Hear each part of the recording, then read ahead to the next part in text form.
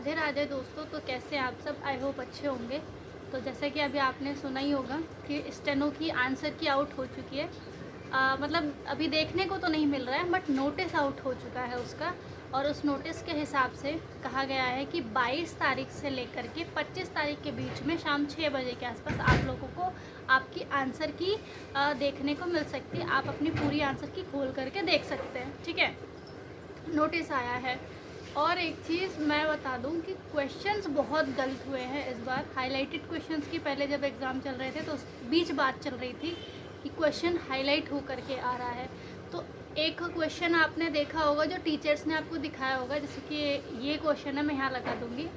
पूछा मैथ का क्वेश्चन है ये, ठीक है, कि प्रॉफिट कितना है, ये रेशियो में देकर के वैल्यू, और पूछा मैथ का क्वेश्चन है। और इसके ऑप्शन कौन से दिए हैं? रीजनिंग वाले ऑप्शन दिए, जो आप स्लॉक्स करते हो ना, इतने ये इतने हैं, इतने ये इतने हैं, इतनी गाय, इतनी बकरी है, इतनी बकरी, इतने शेर हैं, ऐसे ऐसे करके आती है ना स्लॉक्स वाले, वो दिए हैं।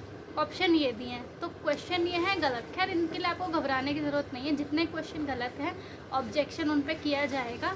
और एक चीज़ और, पहले 100 रुपये कहे जा रहे थे, अब 100 रुपये कम करके आपके 50 रुपये कर दिए गए हैं कि 50 रुपये आपको ऑब्जेक्शन का देना पड़ेगा। मतलब जिन भी क्वेश्चन को आपको लगता है कि ये क्वेश्चन गलत है, इस पर मुझे ऑब्जेक्शन करना है, सो आप वहाँ 50 रुपये पे करोगे पर क्वेश्चन। सो वो आपका एक्सेप्ट किया जाएगा, उसकी जाँच होगी फिर, ठीक है। तो ये सारी चीज़ें हैं।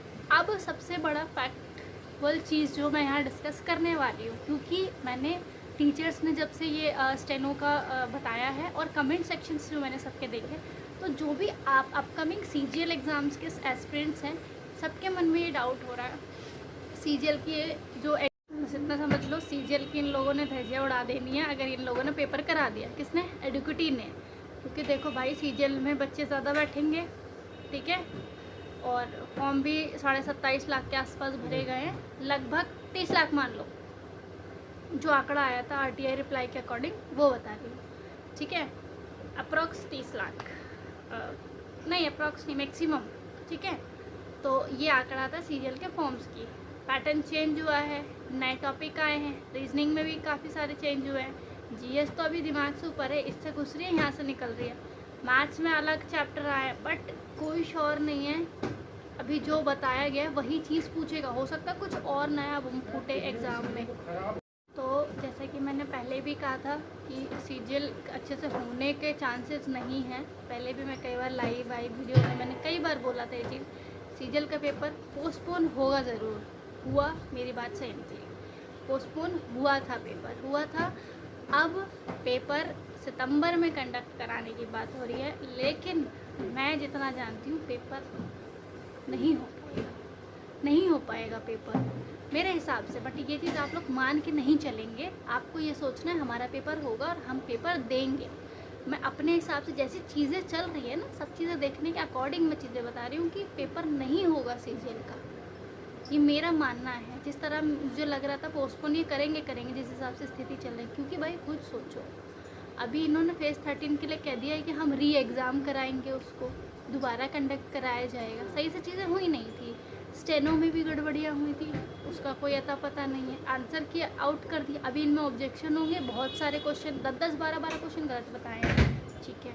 अभी वो चीज़ें सुधारेंगे। अभी पेपर होने को एमटीएस भी है, सीजीएल हालांकि पहले होना है, इसके बाद तुरंत सीएचएसएल होना है, एमटीएस होना है, फिर अपकमिंग 4 वैकेंसीज आउट होनी है दिल्ली पुलिस की, 4 वैकेंसीज़ के नोटिफिकेशन आउट होंगे।